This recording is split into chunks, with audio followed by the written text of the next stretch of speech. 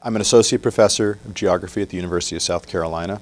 I'm on leave right now. I'm a AAAS Science and Technology Policy Fellow serving at the United States Agency for International Development as the Climate Change Coordinator for the Bureau for Democracy, Conflict, and Humanitarian Assistance.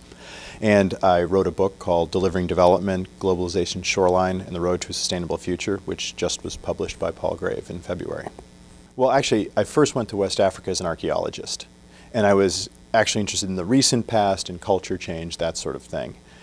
But my first field season, which was about a month and a half, 2 months long, in the villages that I was working in, that I end up talking about in my book at length, I became so struck by what people were dealing with in the current context that my interest started to shift much more toward what they were doing now, and archaeology became sort of a tool of understanding what they had done in the recent past, sort of up to now, to manage the challenges they face in their lives. And these challenges, there's all kinds of things that people deal with.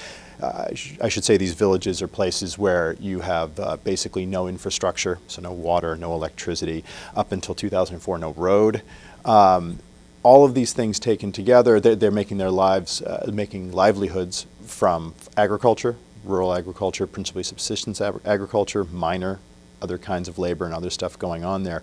These are people who earn $1 to $2 a day at best, if you average it out over the household, well under $1 a day. And they're dealing with things like climate change. We're seeing long-term declines in rainfall. We're seeing unusual weather events like increased drought, strong storms coming through. They're dealing with huge economic upheaval. These challenges are the kinds of things that can totally destroy someone's livelihood in a year, and yet these folks were still there, and yet they were surviving, and surviving really, really well.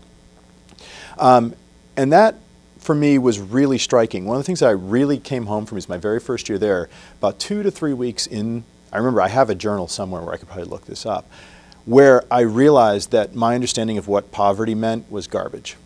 Because by all of the ways in which I'd been thinking about up to this point, these people should be impoverished, right? They're living in houses made of earth. They don't have infrastructure. They don't have all these kinds of things. And yet, people were by and large healthy. Life expectancies in this village weren't that low. Even in a drought, everyone ate. Maybe not terribly well, but everyone ate. So there was these weird contradictions that I couldn't pull together out of a fairly simple understanding of what I thought poverty was. And that, in a lot of ways, I think that one experience speaks to like a larger set of experiences of how I thought the world was supposed to work, how I'd been taught the world was supposed to work, versus what I was actually seeing happen on the ground. And so I think the last 13 years of my career have been trying to figure out what's actually happening on the ground first, and then what came out of all of that was my book. And in my book, in Delivering Development, one of the key arguments I have is that the world does not work the way we assume it does.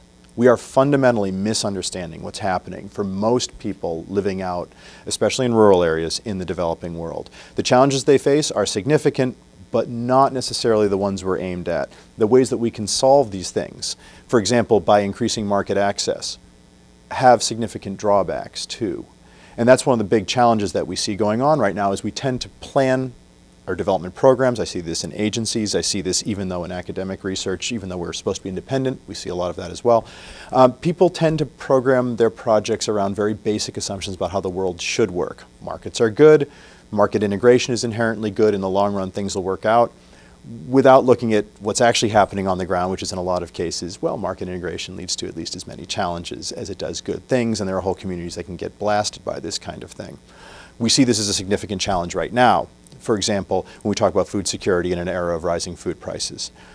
One of the things that's very interesting, if you look at some of the empirical studies now coming out in the economics literature and some of the stuff that I talk about in my book, we see rising food prices globally, or we see instability in global food markets. The presumption is that the poorest people in the world are going to get really hammered by this.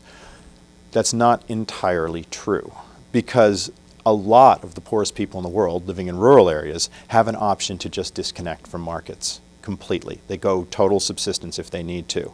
It's not an ideal situation. You're not going to improve your quality of life much that way, but you're also not going to starve when you're doing that. And a lot of people do that on an annual basis, and no one talks about them very much. There's an assumption that, people shouldn't be doing that, that's actually a challenge that needs to be overcome. In fact, I would argue the other way. Places where people are being integrated into markets, we're also integrating them into new sources of risk. that they may not be very well equipped to manage. And that becomes a really, really significant challenge when we think about the way we program food aid, food security, the way we're studying food insecurity right now. We're starting from the fundamental assumption that markets can be a solution without necessarily really looking carefully at how markets can be part of the problem.